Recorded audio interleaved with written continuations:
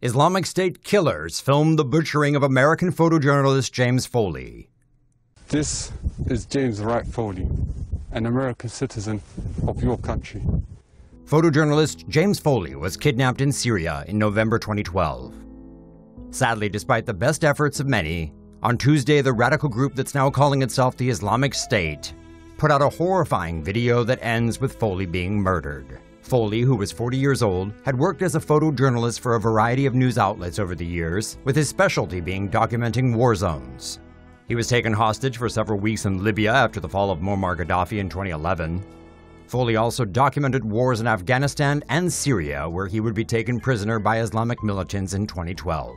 The raw video of Foley's execution is, of course, still available on the internet for those who may choose to seek it out, but we don't want to give Mr. Foley's thug murderers any more airtime than necessary.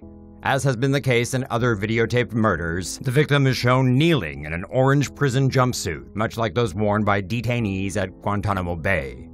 Mr. Foley then makes a speech condemning U.S. government actions in Syria and begging his brother, who Foley says serves in the U.S. Air Force, to rethink his involvement in attacks against Islamic State positions.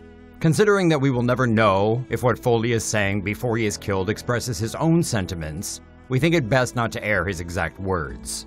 One thing to note, however, is that the masked man who ultimately kills Foley speaks in a British accent, raising the possibility that he is a foreign jihadist.